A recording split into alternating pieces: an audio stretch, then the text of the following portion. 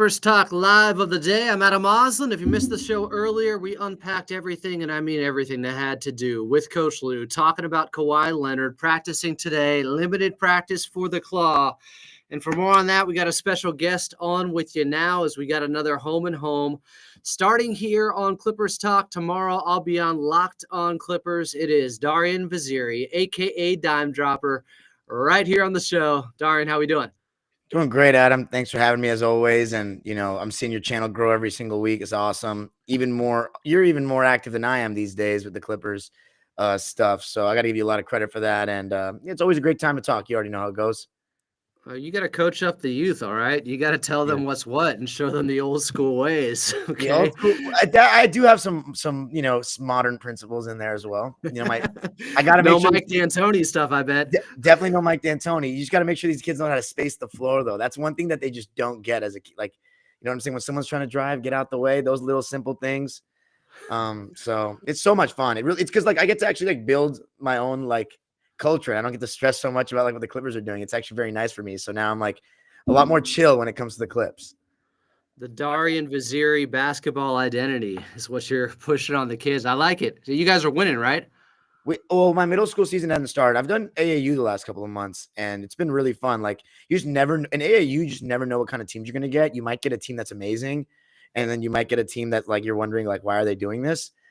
But the school season is the one where it was that team I coached last year that I tweeted about so much, and I'm getting to run it back with them. But I also got promoted and got the 6th grade job too. I was only 6th grade last year, so now I'm 7th grade and 6th grade at my alma mater, middle school, and we have our first game this week against Harvard Westlake, both teams. So I'm super excited for that. We play a lot of well-known schools too, like Sierra Canyon, Campbell Hall, these schools that are produced NBA players. Last season at one of the games, not mine, but the 8th grade team, I saw Rip Hamilton. I got to meet him at a game, and I thought that was so surreal that Rip Hamilton.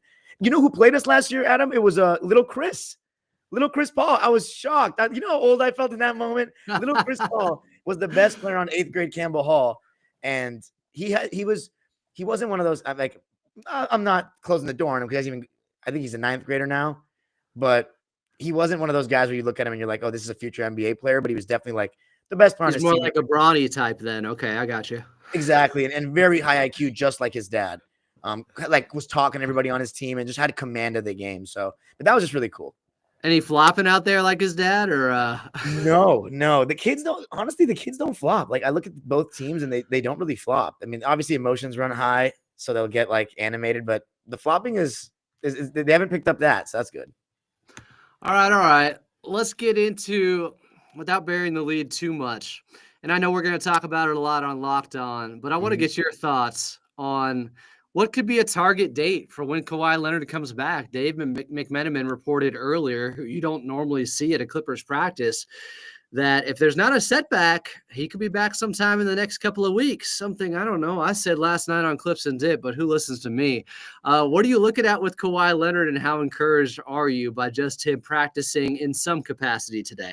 Very encouraged. It's kind of crazy when you get to see Kawhi get ready to come back or just play basketball for the Clippers. I don't even want to sound mean, but it's a special occasion. You really can't take it for granted. And I'm hoping that, that day is soon. And it seems like it's going to be soon. But as far as when I think it's going to happen, all the Clipper fans want it to be December 16th bobblehead night, but I just don't see it that soon. It's a little too soon. We got to hear the report that he scrimmaged and practiced full speed before we're seeing that. So I'm thinking it's definitely going to be either late December, early January. I think by January 10th, he's played his first game. I'll put it there. By January 10th, he's played his first game.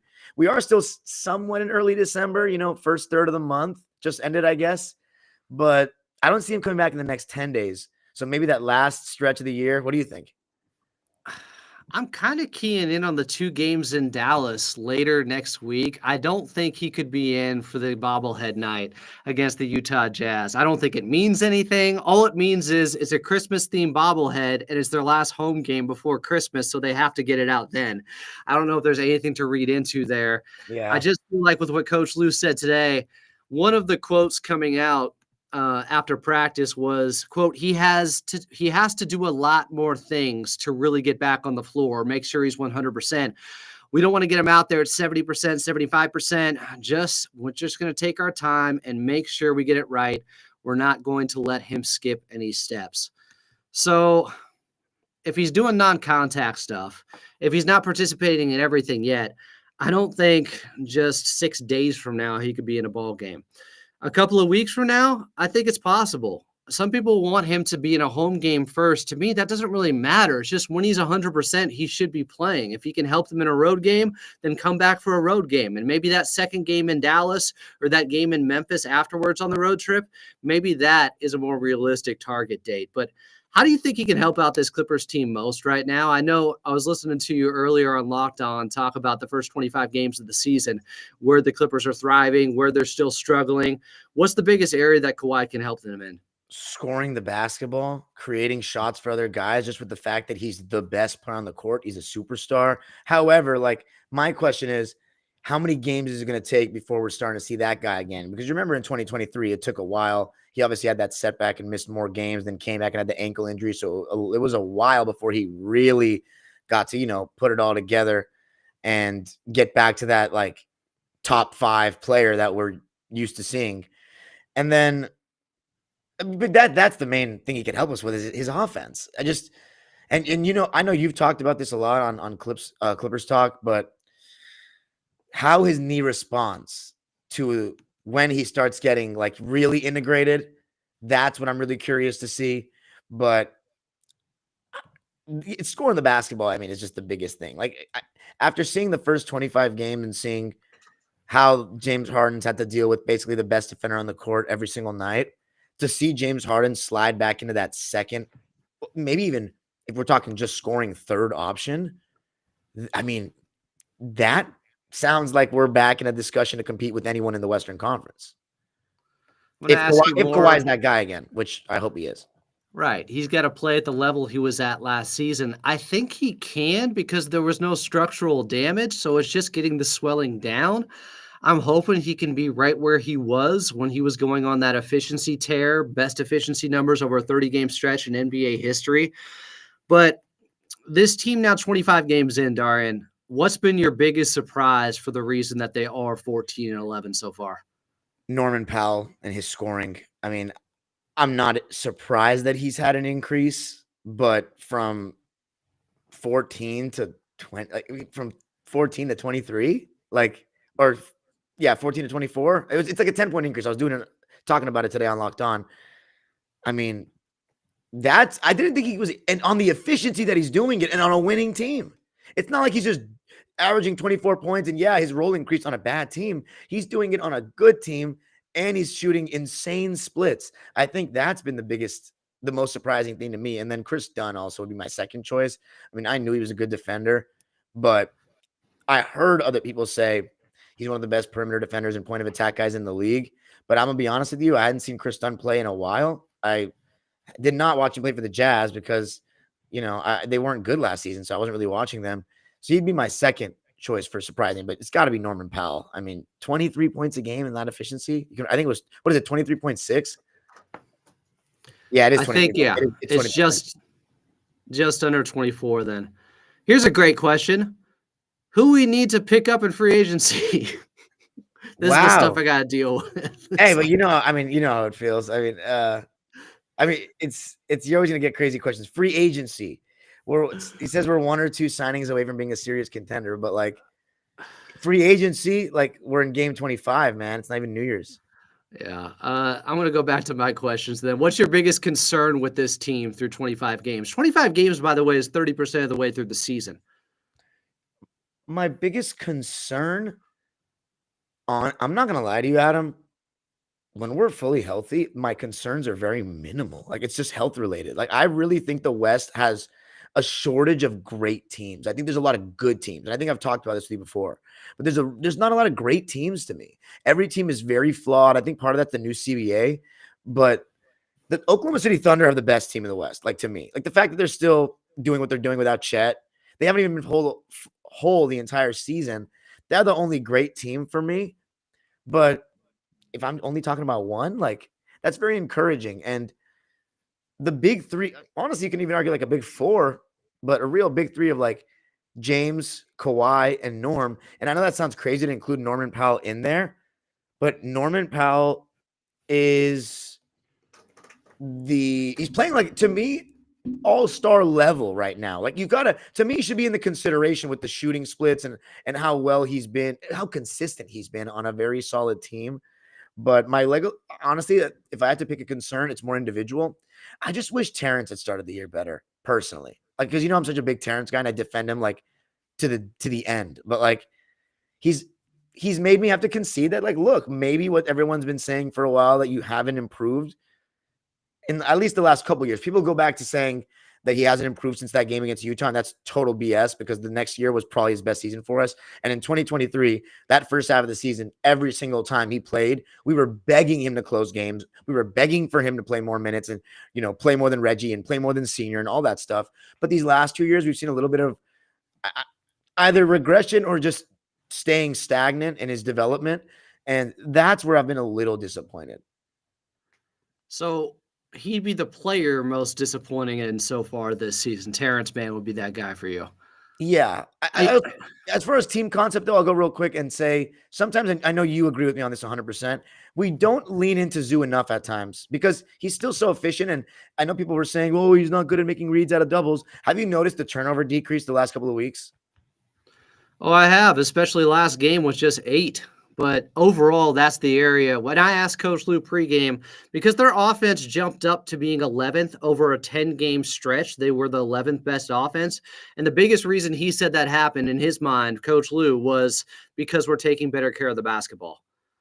Yeah, and I'm saying, too, I was also just talking about Zoo individually, like passing out of the post and getting used to dealing with double teams and stuff like that. Because I literally said this before the season. He's not been used to getting double teamed. He's not been used to actually getting schemed somewhat, with the Clippers or in his career. So the only way he's going to get better at dealing with that kind of defense is by making the mistakes and going through those, trials. So I'm really happy that I'm starting to see improvement and him make sharper reads and be a little bit more patient. Like the game, how much has he improved in the short roll stuff over the last year or two? Yeah. You know? No, Ivica Zubac has been impressive, and slowly but surely, it just feels like the team is more and more comfortable being able to play off of James Harden a little bit more, not have to have him do everything as much as we get later into the season here. What would you do about Kevin Porter Jr.? I know he's been up and down in my mind, and I think for you, he's basically what you expected. But would you give more minutes to Bones? Would you give more minutes to Jordan Miller? Would you find just other guys to go to more often? Yeah, definitely give more minutes to Jordan Miller.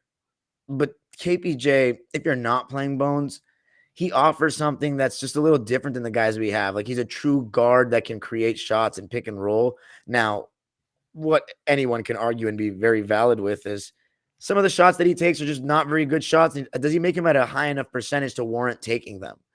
That's a little questionable for me. But we've seen what KPJ can be so hit or miss. And my only devil's advocate point is that how do we know if Bones is better? Because KPJ hasn't been too bad defensively to me. Of course, he's had lapses and stuff, but his size and athleticism has been pretty good in passing lanes off the ball at times. And he has had games where he scored in bunches for stretches, like at Sacramento comes to mind in that fourth quarter, where he's just bigger than Bones. You know what I mean? He can, I feel like, get 2 feet in the paint more consistently, but unless Bones is on that type of time where he's really trying to blow by and get in the paint, which he can be sometimes. But again, Bones is also hit or miss. I think that's what, for the people that are pro Bones, and I'm very pro Bones, just because we've had him and he's been waiting his turn. That, you know what I'm saying? And I personally don't feel like KPJ is much better than him, but I don't know if Bones is any better than him. Honestly though, Adam, I'm biased though, you know what I mean? I would say yes with Bones, but if I'm being unbiased, I personally don't think KPJ has done enough to lose his spot yet. But if I'm Ty Lue and the coaching staff, I'm a couple more shaky performances in the next 5 games, then maybe I'm making that switch to Bones. But right now, if you're talking next game against Denver, KPJ is still coming off the bench, and I hope James Harden plays. But if he doesn't, you'll see Bones. If not, you probably won't see Bones, sadly, which sucks. I like him a lot. I mean, what are you at with that? Harden, Amir, and Mo Bamba all practiced today, so I assume they're all playing Friday. Those Cool. guys are going to be back. Chris Dunn is no longer dealing with an illness. I think I would just reduce his minutes and find more time for Jordan Miller out there. I Okay. just think it's imperative in a season like this to develop Jordan Miller because not only can he develop, but he can also help you win at the same time. And it's hard to find guys like that, but he's a rare gem in that way. I thought he should have got the ball more against the Houston Rockets the other night. Honestly, when he came back in the second half, I don't think he touched the ball for about 4 minutes, like touched it. They Wow. weren't even looking to go to him at all. And he had a great first half with 10 points. And then Derrick Jones Jr. goes out, and I'm thinking, this is it. Jordan Miller's going to get up 20 shots tonight. He got up 12, but I think it should have been more because he fills a void for this team right now. We talk about them lacking scoring and lacking getting enough easy shots out there. That's Jordan Miller getting downhill, going to the rim. There was a play, I'm sure you highlighted it, but I think it was in the second quarter. He went at Jabari Smith Jr., got blocked, got the ball back, went at him again, and then got the layup to go off the glass on him. It was impressive as hell that he did not shy away after just being rejected by a guy who's got like 6 inches on him. Yeah. I mean, those are some very fair points. Your best point there to me was being able to be on a win now team and contribute as a young player, because that's very hard to do. You know what I'm saying? Like we saw Christian Brown do it for the Nuggets a couple years ago, but Jordan Miller, you're right, he does have that, and I totally agree with the giving him more minutes. I was also thinking, just do we want KPJ in the rotation or not? I personally wouldn't take him out yet, but He does just enough to stay in, it feels like, Darian. He he just does, does. yeah. He has moments and flashes that make you go, oh, I can't take him out yet. It's too tantalizing. It's too tempting. The middy's falling now. He gets a tough layup to go. His defense has been okay. His rebounding's there. He's got a big body. Like he's just hanging on. Yeah, absolutely. And then to go back to what you said about Miller, I didn't highlight that play on any episode of any sort, but his second jump is really impressive. Like it's quick. Like have you noticed a lot of times he'll be around the rim, he'll miss, and he'll just put it back up and in and get back up in the air before the defender has. So that's something to watch. Maybe the best second jump we've had on the Clippers since Montrezl Harrell. I noticed that in summer league, and I wondered if that level of athleticism would translate and still pop here in the big leagues, and it has so far, and that's really big, I think, for Jordan Miller. And just, I don't know, this is somebody I want playing game one. I know it's not easy to say replace him for KPJ because KPJ can handle the ball and he can do more there and he can initiate offense. But I feel like if you have Jordan Miller out there with Chris Dunn, whenever Kawhi comes back, we expect Chris Dunn to be coming off the bench again. So can you have more Jordan Miller, Chris Dunn lineups as more of your focal points scoring wise coming off the bench where Chris Dunn can bring the ball up, get them into their offense a little bit more, and Jordan Miller can also do a little bit of that stuff just to help alleviate the burden? Yeah, I definitely agree with that.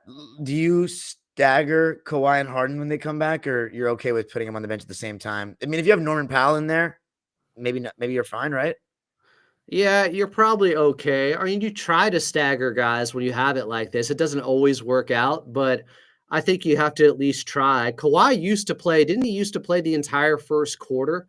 Now James Harden's been doing that recently. If you could make it though, so James Harden starts the second quarter with the second unit for some minutes, like I think that would be big. I was never a fan of the Kawhi with Paul George playing the first and third quarter, because I felt like we'd always have Paul maybe start to get in a rhythm to begin the fourth, and then Kawhi would not be, and he wouldn't want to mess up what Paul had going that first 6 minutes of that fourth. And a lot of times we wouldn't have a warm Kawhi in the fourth. But I get where Ty and the coaching staff was coming from. They didn't want him to play the whole fourth quarter and get burned out. But I don't know. I would, back when we had 2-on-3, I would choose Kawhi. I also wanted to give Jordan Miller a shout out on another thing. You know what's so crazy about him? He'll be like going full speed and then he'll stop and like hang on one leg and not lose his balance and not travel. Like I've never seen anything quite like that before. He has like crazy balance. Did you do like yoga or Pilates on the daily or something? Like his balance is nuts.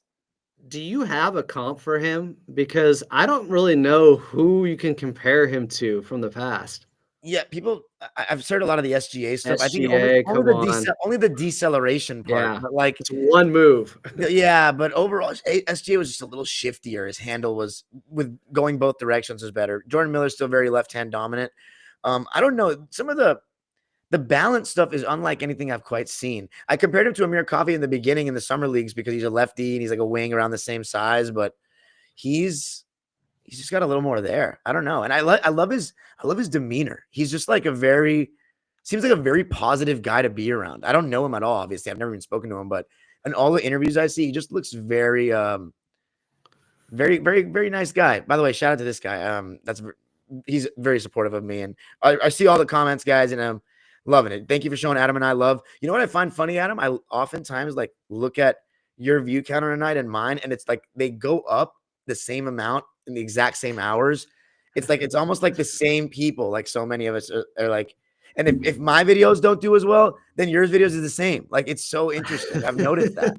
Like in terms of post game live conversation. Right. Our analytics very similar. So you kind of let this out of the bag a little bit, but you have a higher ceiling for this team now if Kawhi can come back and look right than you did coming into the season. Like they have exceeded your expectations without Kawhi easily, right? Yeah, because Norm, and then because we've actually no, definitely not kind of. I just wish you could do it more, but we've really leaned into Zoo. Like we've actually gotten that. We've talked about that 30 minutes or more thing for years now. Finally, we're doing it, and finally he's averaging a double-double. Does not shock me at all. I just didn't know if we were actually going to do it. But Derek Jones shooting 41% from three, like that's also something I didn't expect. And how efficient has Amir Coffey been so far this season? Like we're getting great performances from everyone, and I talked about it today on Locked On, but we've had like only one game to me where we've like dogged it. Like every other game we've really competed. Okay, I'm gonna put my charger in my computer so it doesn't die, but keep going. I'm listening. So you mentioned Amir Coffey there and his 3-point shooting right now. I don't think it's necessarily a fluke. I don't know if he can hold this, but I think he could shoot over 40% on the season, even though right now he's at 43%. I think 40% is attainable. Last year, he was at 38%. A couple of years before that, he was at 38%. He was at 41% on low volume before. But I think Amir Coffey, Darian, is somebody that he's only 27. He's been underestimated for a while. Your screen is frozen, so I hope you can still hear me here as you dropped out and came back in. Darian, you got me? We'll see if Darian can reconnect here, guys, as I finish my thought about Amir Coffey. But this is a 38% career three-point shooter now. What's happening isn't such an outlier shooting performance on the season from him that I say he has to regress to the mean. Or like I said with Chris Dunn, it's going to happen at some point here. I don't know if that's necessarily going to be the case. I don't think he can shoot 43% for the season. And maybe he starts with the guys that are going to be injured with Derek Jones Jr. out on Friday. We'll see. He was starting for, who was it, Norman Powell when he was out for those 6 straight games. But I do think Amir Coffey, some of this is real. Some of this is a guy who has put in the work. And a guy who, by the way, was traded during the summer of 2023 in the Malcolm Brogdon trade that got Knicks the 3-way with Boston and the Washington Wizards, who ended up giving up Kristaps Porzingis. But I just love seeing guys like this who has, one of the most cap-friendly, team-friendly salaries in the league in Amir Coffey that has been able to work his way into getting more and more minutes and becoming more and more valuable players on this Clippers team. Pete said Dime's favorite player. Just sitting really still is what Coase said when Dime came back in here. We'll see if Dime can reconnect here. Hopefully he can. We'll keep the conversation going. But I do wonder what's going to happen on Friday night, because I think against Denver, there's a real case to make, guys, that Nico Batum is the guy you start in place of Derek Jones Jr. at the 4.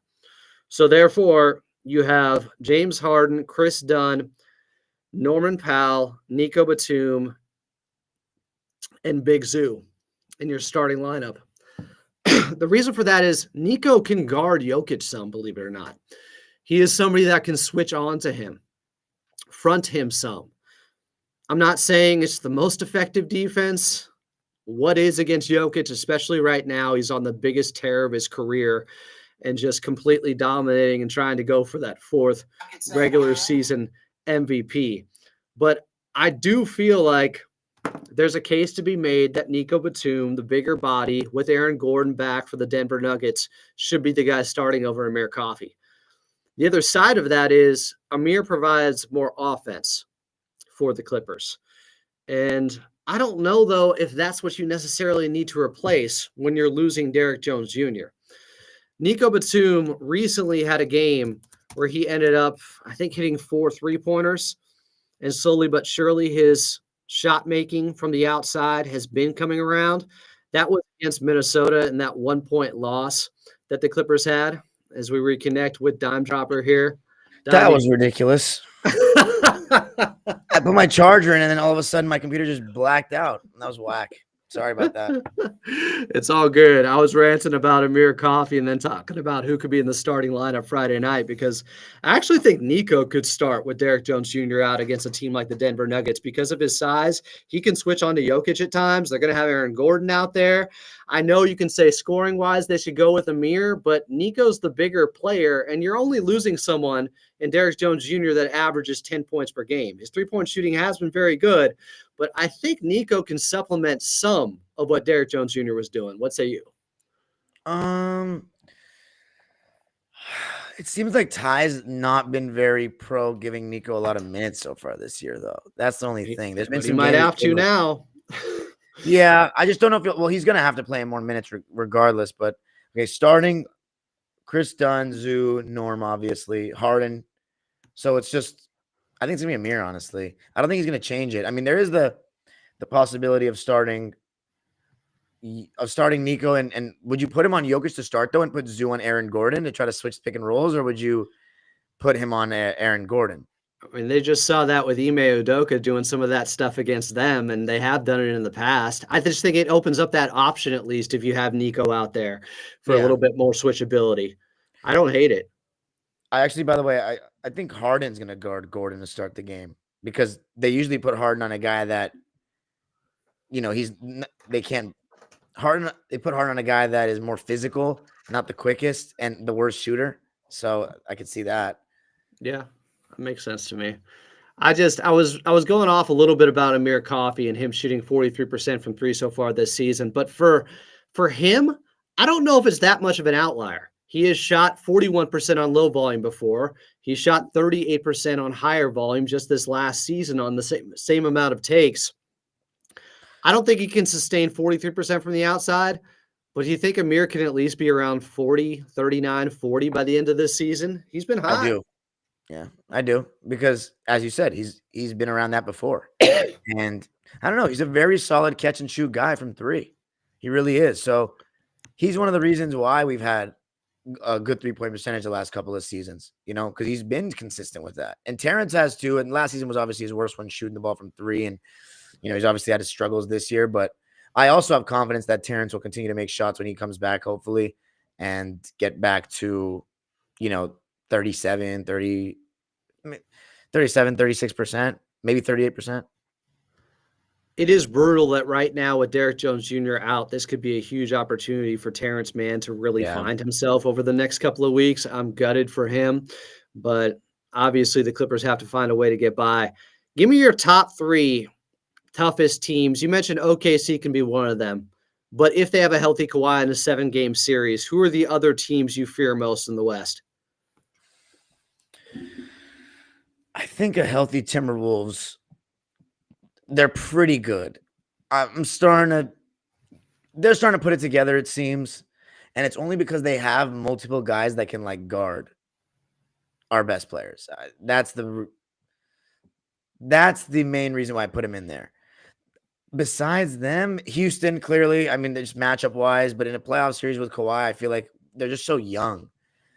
And the Clippers would have the 2 best players, I think, in that series. I think you brought it up too. Yeah, I think I did. There's no other team that scares me. Am I scared of the Lakers? No. Am I scared of the Suns? No. Sacramento? Who else is there? Golden State? Denver. You know what? I'll put Denver in there as third just because they have Jokic. But we've done well against them since we got James Harden. I can't lie. And Jamal Murray hasn't looked the same. Last one for you here, Darian. You touched upon this a little bit earlier. I know you said you could do an entire show on this, Yeah. but in your opinion, what's the biggest reason why the dome just hasn't been as full as you would have Oh, expected so far? wow. The biggest reason I don't think it's been full. I think the tickets have been okay. So, like, the main reason is this: Steve Ballmer wants Clipper fans to get those plans in the wall. Like, that's what he wants, which is, and they're very affordable, right? But the people that just can't commit to that and want to go to those individual games, that's harder now because one, you can't resale your tickets in the wall. I think you can get away with it on some sites, but they'll even tell you to move. Like when you're at games and you're wearing another team's jersey, like they will, or anything that represents paraphernalia of another team, they will tell you to move. So you can't resell tickets in the wall. That's a big part of it, I think. And then two, the resale tickets are too expensive for a team that's, as much as we're overachieving, we're 500 and our best player is James Harden. Kawhi Leonard, even when we had Paul George, right? And Kawhi didn't play, it wasn't sold out. Kawhi has moved the needle for us attendance wise every single year that he's played. And I think not having him is one big reason. But I also think we can't resell tickets in the wall. And then I see the comment, and it's true. Parking prices, the parking situation is really tough. You just got to use the app ParkWiz and hope and find some good deals. I've used it and gotten some good deals, but like if you're going to the game for the first time and you don't know, and you just roll up to the area and you're like, oh, this is the garage and it's $50 and $60, you're gonna be discouraged from coming back. I also think the neighborhood that it's in Inglewood, it's not as like central as downtown LA. Like people, I remember one time, this is way back when, 2010 or something. I was at the bowling alley. It was at Lucky Strike. Remember, it used to be there in LA Live, Yeah. and it was only 18 plus, and at the time I was like a minor, and so we were like, oh, last minute, let's go to Clippers Raptors. There's nothing besides the casino across the street that people will be like in the area, and they're just like, oh, let's go to the Clipper game. So yeah, he exactly the commenter Himothy says also low key the location. So there's a lot of factors, but also, what's the process for kids when you have the app? So I don't know about that because I don't have I kids. I just couldn't go tell by you. myself. And adult, I always come with like my friends that are adults. So I'm just like, yeah, download the app, no problems. But I don't know. I just think there's a lot of complications with it.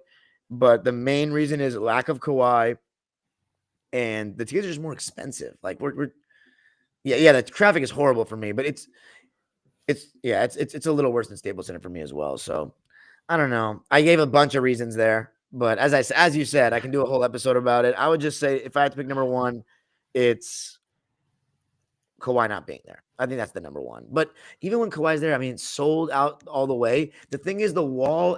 I have a hard time believing the wall is going to be full to the playoffs because you can't resell your ticket. You know what I mean? Yeah, I hadn't thought about that. I think a lot of it is just new habits, new location. Yeah. People have to get used to it, accustomed to it. It's more expensive. The amenities are also way better. There's a trade-off there. I think over time, the surrounding area is going to get more and more developed too, with just more to do Yeah. around the arena, which is going to help as well. But, what's impressive is even with it not being as full as we expected so far, like the atmosphere is amazing, It is. and it still gets loud in there already because of how the wall has been built and the acoustics. Yeah. So it's got a lot going for it and a ton of potential. Like it's only going to get better from here as we move along. 100%. I I was oh man, I was gonna say another thing, but I totally forgot. The you mentioned the acoustics and all that. That's been amazing. I was gonna say going to games has been this is what it was. You know how the Clippers used to always be a team that offered like plans to like schools, rec centers, boys and girls clubs, and like all those groups, and they used to like sit in one section and be super loud, screeching kids. You know what I mean? Like that kind of stuff. You remember that? Yeah. All throughout the time that they were at Staples Center, and they were like, "Welcome to Boys and Girls Club," or "Welcome like Baldwin Hills Recreation," or something like that. And now I don't see that anymore. You know what I mean? Like, I don't see the family friendly stuff as much. It's a much higher concentration of Clipper fans because I don't think Ballmer's just going to do that. You know what I'm saying? Like, I think he wants people to pay the money for the tickets right now. He's, it's the first year.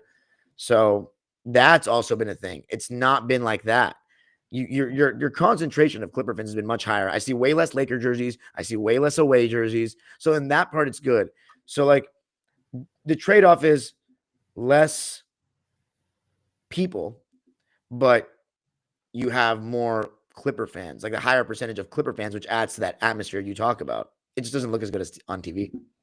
Yeah, I think we just got to be a little bit patient, give it some time, but it's still very exciting. That plus the red jerseys got me going so far this season. He is Darian Vaziri here in a team that's 14-11. Dime Dropper does it for Locked On Clippers and his Dime Dropper channel here on the YouTube side. Speaking of, we got an episode coming up tomorrow. I'll be joining him on the Locked On side. Dime, thanks for doing this here on Clippers Talk Live, my friend. Oh, anytime. Thanks for having me. And then shout out to all the commenters, man. Clipper Nation, you're the best. All live long. You guys are giving us love. My boy Zach over here, he's always on the vlog. So again, if you guys ever see me at a game, by all means. Oh, this guy's Robert Lowry said they had a bunch of kids club last game. Well, maybe we're bringing it back. I just think the first couple of games, I wasn't even at the last game, by the way. So that's probably why I didn't notice. I've only missed 5 games this season. We're 2-3 in those. So you better start showing up more, man. That's right. I'll be there against Utah. But appreciate everybody. If you guys see me at a game, by all means, come up to me, and I'd love to feature you in my video. And shout out to you, Adam, for all the work you're doing and having me on. And yes, Locked On Clippers, fellas, tomorrow morning, going to go in even more depth probably about the Kawhi Leonard incoming return. For Darian Vaziri, I'm Adam Oslin. This has been another episode of Clippers Talk.